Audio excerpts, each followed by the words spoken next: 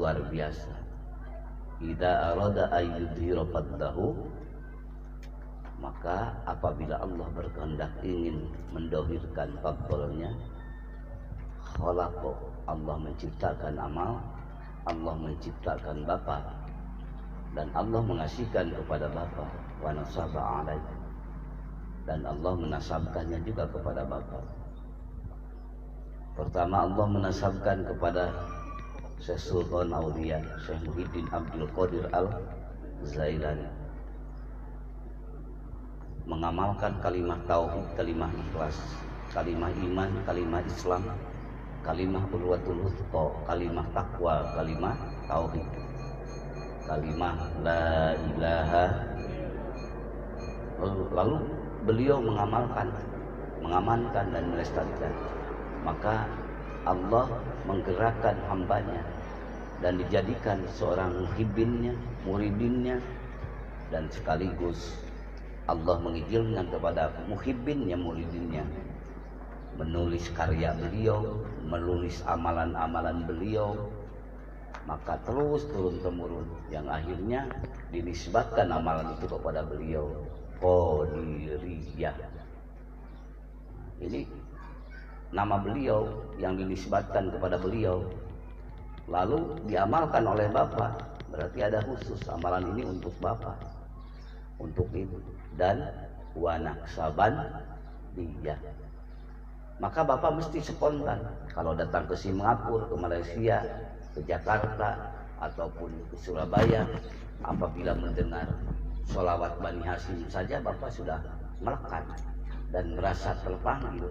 Misalnya Bapak sedang naik mobil di jalan, terdengar suara di mushola apa di masjid, suara Bani Hasyim, suara dzikir yang khasnya begini, Bapak yang tahu, Ibu tahu.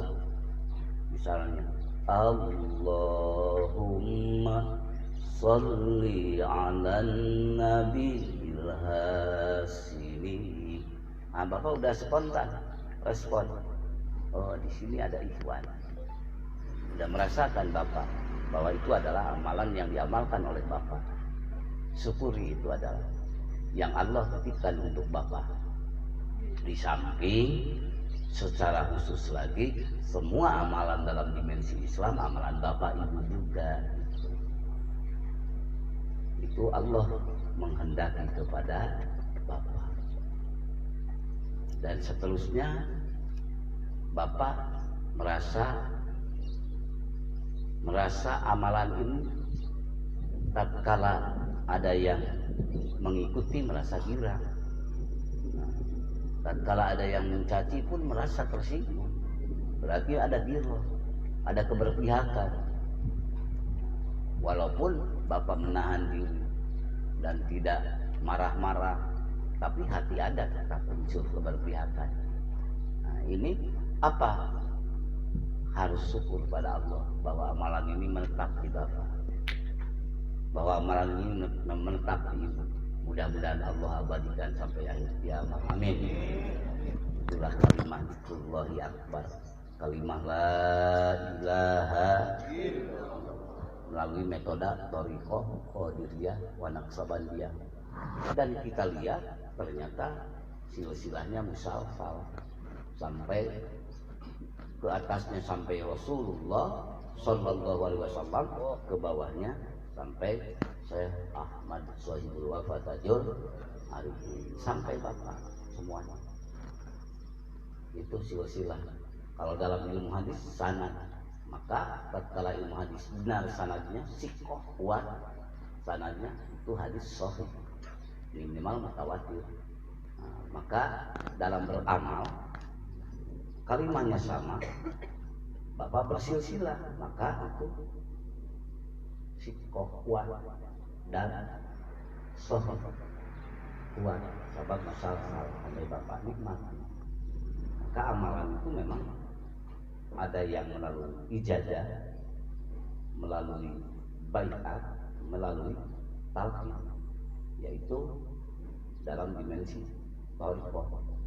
Ini adalah mudah-mudahan amalan ini sampai ke anak cucu kita dan sampai ke anak cicit kita sampai kiamat. Karena supaya kita diikuti oleh anak cucu kita.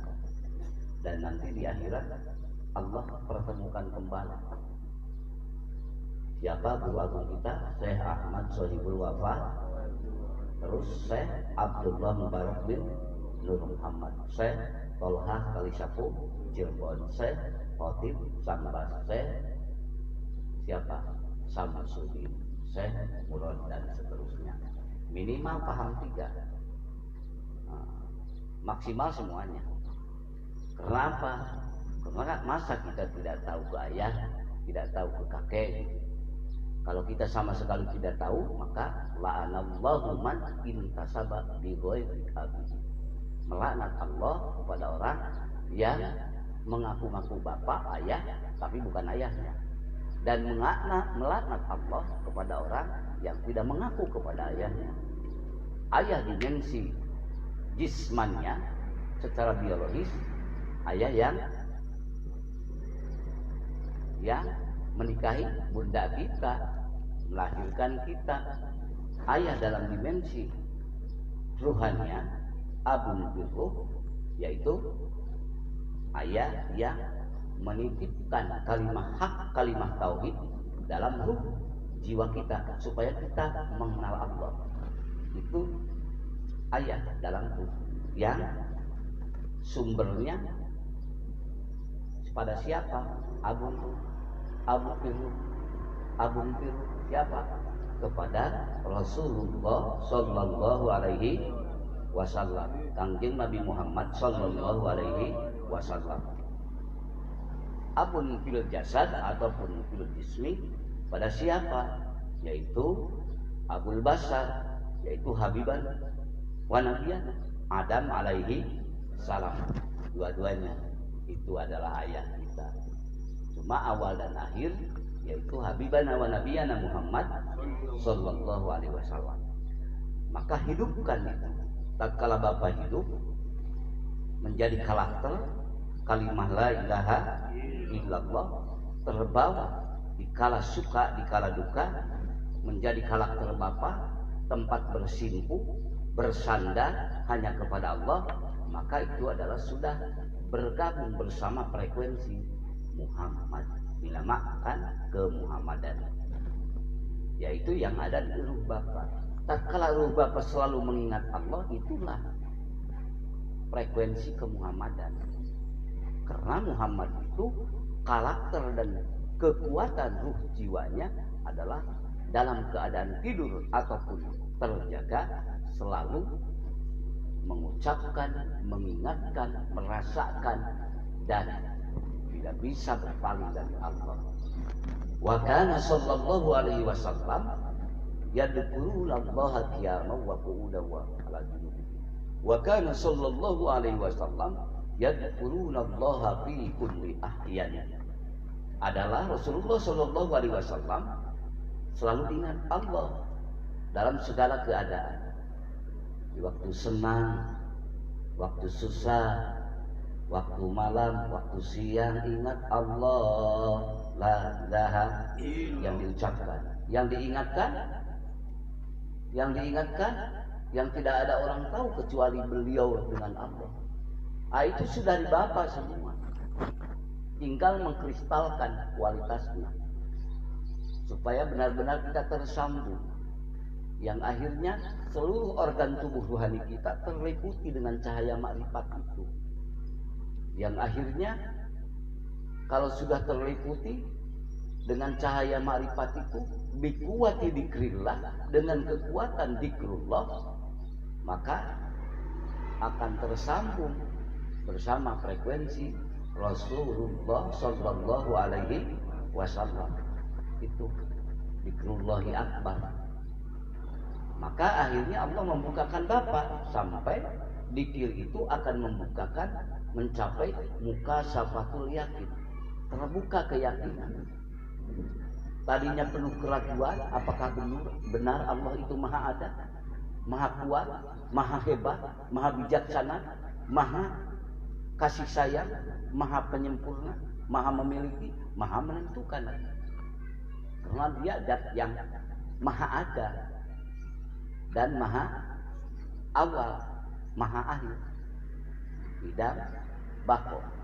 Maka kalau dikir itu sudah membukakan, bekerja terus di dalam ruh jiwa Bapak, akan membukakan keyakinan yang sudah tidak terdorong lagi oleh dalil, karena dalil itu untuk menguatkan kekuatan. Jadi dalil sudah paham Bapak, maka lari kepada ainul yakin, sudah tidak memerlukan dalil, karena sudah nampak, nyata melihatnya Bapak. Ainul yakin, bahkan kepada makom finish, yaitu hakul yakin, sampai kepada makom hakikat. Nah, itulah dikir kerjanya. Nah, maka dikir yang ditanamkan dengan Syekhul Mursyid, dengan datang sendiri Bapak, mau sendiri Bapak, bukan hanya semata-mata hanya terdengar di tabloid, di artikel, terdengar dari media kaca, TV, radio, itu kadang-kadang masuk dari kanan, keluar dari kanan. Tapi Bapak datang sendiri ke sini, seperti sekarang ini. Bapak ada dari Cibarusa, para alam karomi, ada dari Jakarta, ada dari seputar ini Bekasi. Maka ini sama yang kumpul di tempat yang mulia ini pilihan Allah terbaik. Amin. Karena niat yang terbaik, datang sendiri, mau sendiri. Ini mahal Pak, karena datangnya niat sendiri. Niat sendiri, tujuan sendiri, dengan memakai cara yang baik. Pakai cara yang baik, menuju dat yang maha baik, menuju kebaikan, insya Allah mendapatkan selalu kebaikan. Amin. Dengan cara mulia menuju yang mulia, mendapatkan kemuliaan. Bina sahih ala sahih sahihun, membangun yang benar dengan cara benar, benar. Bihaqi la ilaha illallah dalam thariqah. Lalu dalam thariqah ada istilah tabaruk, ada istilah sunnah. Kalau tabaruk kita masih kadang-kadang kita bebas, pilih siapa kemana saja, tabaruk boleh-boleh saja. Dan Bapak misalnya mengunjungi thariqah-thariqah lain, ada undangan, itu tidak salah sepanjang tabaruk bil barakah, karena itu adalah dalam koridor Islam. Tapi kalau sudah masuk ke wilayah suluk, irtibat, ada keterkaitan Bapak, keterkaitan yang musalsal terus, maka itu namanya, kalau sudah disuluk maka sudah dibina. Maka Syekhul Mursyid sampai Rasulullah Shallallahu Alaihi Wasallam, insya Allah, kalau istilah para aulia Allah, para ulama ubillah, ulama ulumi, orang yang memakai metode suluk adalah insya Allah diaku sebagai muridin muridat. Amin. Kalau sudah diaku murid muridat, mudah-mudahan kita diaku saya aman Syekhul Fatahul Arifin, kita sebagai muridin muridat. Amin. Dan sampai Syekhul sampai Rasulullah Shallallahu Alaihi Wasallam, itu sudah suluk. Terus kadang-kadang terus mengintip isyarat sang mursyid. Kalau sudah mengintip isyarat, maka perlu Bapak semakin mengkristal terang, menjadi petunjuk kepada ketauhidan, mengesahkan Allah dalam perilaku Bapak dengan rasa yang kuat. Maka ittaqu firasatal mu'min fa innahu yanduru bi nurillah. Hati-hati dengan firasat orang yang mukmin sejati. Maka sesungguhnya penglihatan mereka, melihatnya mereka adalah dari nur Allah Azza wa Jalla.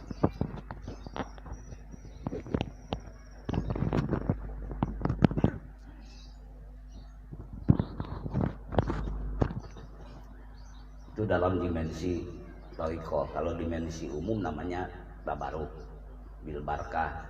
Dalam thariqah pun juga ada istilah tabaruk bil barakah. Maka kita kadang-kadang seperti kalau ngundang Syekh Mursyid, misal dulu kita mengundang, kadang-kadang kita yang menentukan hari apa ya hari Minggu Pengresabah misalnya, hari Sabtu kita. Nah, ternyata beliau tidak bisa hadir misalnya, karena kemana kita merasa dongkol, gitu kan biasanya, dongkol ataupun menyesal. Nah, berarti belum murid.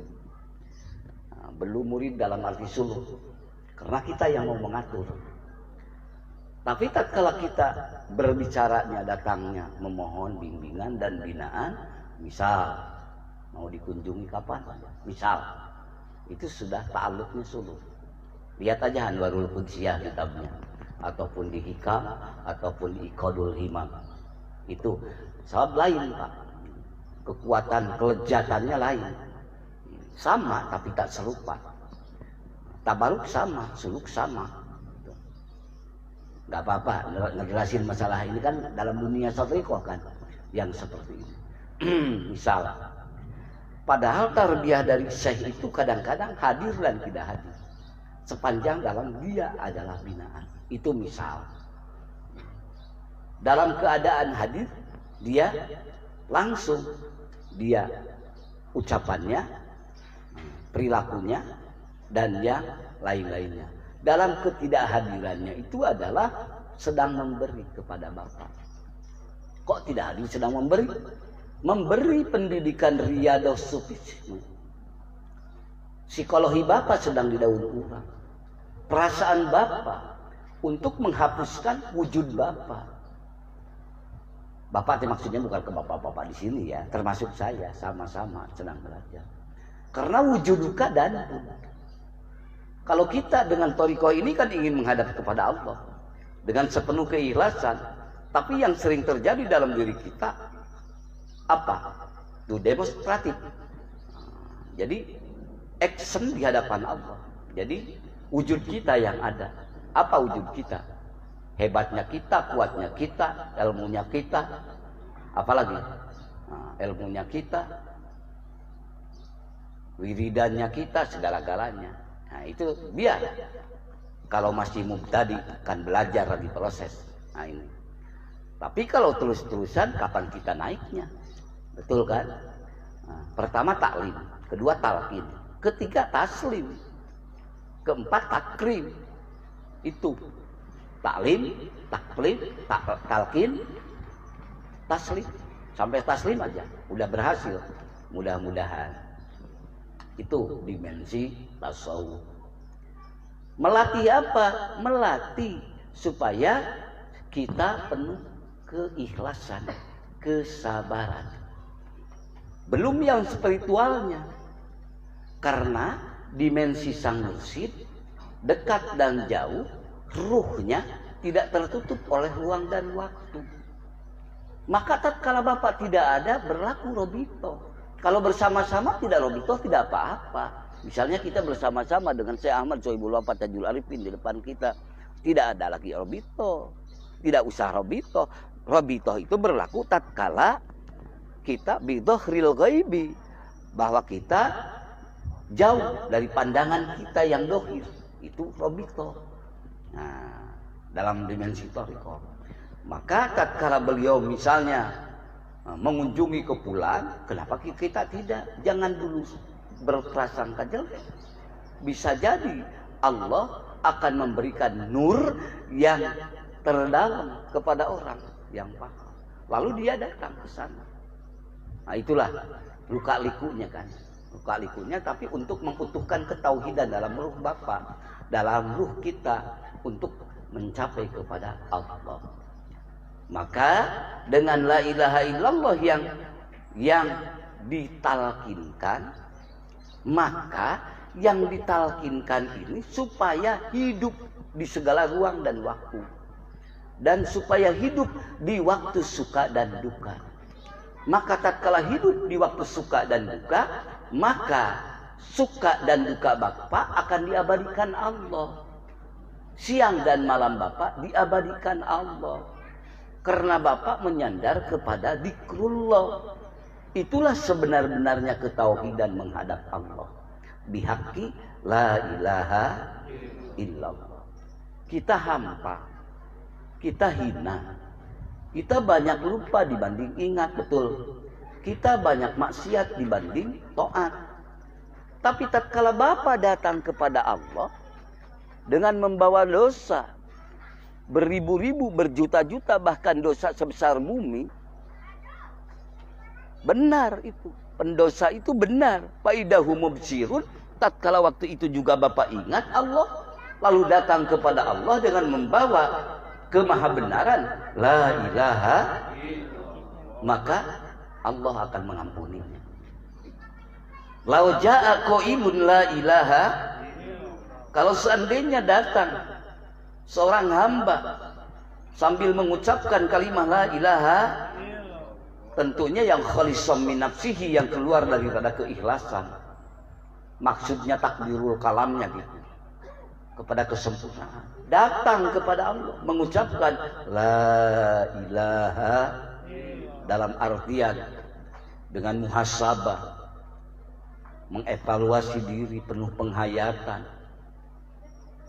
Bikurbil ardi dunuban, sambil membawa dosa sebesar bumi, bukan sebesar rumah lagi, sebesar bumi ini yang Allah ciptakan. Tapi benar datang kepada Allah, la ghafarallahu lahu, dan mesti aku ampuni semua dosa yang ada di hamba itu. Karena benar tujuannya, karena Allah akan mengampuni dosa semuanya tatkala dengan la ilaha, karena penghapusan semuanya. Mudah-mudahan kita di tempat yang mulia ini tidak keluar kita dari tempat yang mulia ini, melainkan Allah telah mengampuni kepada kita. Amin. Walaupun amalan kita, ucapan kita, ingatan kita masih jauh bagaikan panggang dari api, masih jauh ini muhasabah kita. Tapi kalau anugerah Allah melimpahkan kepada kita, siapa yang mau demo, siapa yang mau melanggar, siapa yang mau menghalang, kalau Allah memutuskan untuk memilih Bapak, akan mengampuni Allah. Setelah Allah ampuni, lalu Allah kasihkan wa ajron azima, pahala yang agung. Yang agung itu apa? Ya surga Allah, tempat yang akan diabadikan Allah. Yang agung itu apa? Liqa bersama Allah. Dengan la ilaha illallah layak Bapak bertemu dengan Allah di dunia dan di akhirat. Itulah unggulnya dzikrullahi akbar, bihaqqi la ilaha illallah. Kalau tanpa la ilaha illallah, maka masih dipertanyakan ini semua. Maka di dalam dzikir la ilaha illallah ini ada yang diucapkan, ada yang diingatkan. Yang diucapkan sebaik-baik ucapan, Abdul maqultu ana wa nabiyuna min qabli la ilaha. Yang diingatkan sebaik-baik ingatan, karena ingatan yang dihidupkan itu hanya Bapa dengan pencipta alam, untuk berinteraksi, selalu berhubungan di mana wae, di kantor, di sawah, di kebun, di mall sekalipun, di pesawat, di mobil, di waktu apapun keadaan kita. Dan itu jadi ruh semua ibadah. Ruh ibadahnya sholat, ibadah haji, puasa, saum, dan amar ma'ruf nahil munkar, sedekah jariyah, ibadah mahdoh, ibadah ghairil mahdoh. Ruhnya adalah dzikrullahi akbar. Kalau Bapak ingat Allah, muncul ikhlas. Kalau tidak ingat Allah, bagaimana ikhlas akan datang? Ikhlas itu kan kerelaan, kesukaan, kecintaan hadir dalam jiwa. Seperti Bapak dipinta mainan sama anak, suka Bapak kan? Kebetulan Bapak diberi kemampuan memberikan mainan sama anak, dan anaknya pun juga girang karena menginginkannya. Ridho Bapak? Ridho. Karena Bapak apa? Cinta. Kan tidak ada juga ingat Bapak sama anak. Nah, kalaupun jauh ingat, maka muncul ingin bertemu. Setelah bertemu, itulah kesukaan, keceriaan antara sang anak dan sang ibu, antara sang anak dengan sang ayah. Kalau antara makhluk dan khalik, ingat Allah berarti akan melahirkan cinta pada Allah. Ingat Allah akan melahirkan kepercayaan total pada Allah. Ingat Allah akan melahirkan segala semua perintah Allah akan terimplementasikan. Karena yang diingat itu adalah sang kekasih. Kenapa sang kekasih? Karena dia pemberi. Sebelum kita meminta, Allah telah memberi kita. Bu, Pak, duluan mana ketimun sama ibu lahir ke dunia? Duluan mana bapak sama tomat? Duluan mana bapak sama durian? Kan duluan durian. Bapak belum lahir ke dunia, durian sudah ada. Ketimun sudah ada. Kasih sayang Allah. Belum minta bapak ketimun. Belum minta bapak durian. Belum minta bapak ikan. Allah telah mengasih. Maka apa namanya itu? Nikmat ijad. Nikmat bapak diciptakan jadi manusia. Untung bapak kita semua tidak diciptakan jadi kambing. Tidak diciptakan jadi ayam. Sejelek-jelek manusia yang hadir di sini, kita-kita ini sungguh ini terbaik. Kalau dibandingkan di kebun binatang Bandung, mesti bakal menang tetap. Betul. Jadi syukuri Allah. Jangan melihat kita kepada yang di atas kita. Lihat aja makhluk-makhluk yang lain. Syukuri. Lihat bebek, lihat ayam. Bahkan ayam, bebek, ikan, semuanya untuk bapak. Semuanya untuk ibu. Itu semua dengan dikir akan muncul penuh penghayatan. Maka ingatnya itu bapak itu sudah syukur. Maka dikirnya pun juga dikir syukur. Sudah ningkat dari dikir ibadah, sudah mencapai dikir syukur. Maka sudah masuk kepada dikir syukur, berarti sudah masuk kepada kategori la mahbuba illallah. Tidak ada yang aku cintai illallahu kecuali Allah. Ibu bapak yang hadir di sini ada yang 20 tahun, ada yang 30, ada yang 40, ada yang 50, ada yang 70. Betul. Yang dimakan bapak tadi ayam paling umur berapa tahun? Kalau sekarang bahkan 40 tahun, 40 hari sudah dimakan. Betul, boiler. Kalau ayam kampung paling 2 tahun, setahun sudah dimakan oleh bapak ibu. Udah habis jatah kontrak hidup ayam. Tapi bapak ibu sudah 40 tahun. Bapak ibu sudah 50 tahun. Entah berapa waktu lagi kita masih dikasihkan kontrak hidup ini dan jam tayang ini. Entah jam, hari, minggu, bulan, tahun, kita tidak tahu. Hanya Allah yang maha tahu. Mata dinapsum mada taksibu godan. Pada hakikatnya kita tidak tahu. Yang sebenar-benarnya tidak tahu dengan pasti akan bekerja apa besok. Kalau menurut sebab akibat yang sudah jadi ada, besok mau ke kantor, aku mau ke kebun, boleh-boleh saja. Tapi fakta ketentuan hanya Allah. Maka oleh karena itu, sehebat-hebatnya sebab akibat, sehebat-hebatnya makom syariat, misal dina perusahaan, dina keilmuan, di dalam segala dimensi, jangan lupa tawakal tauhid pada Allah. Fungsikan dzikir hobi bihaqi la ilaha illallah.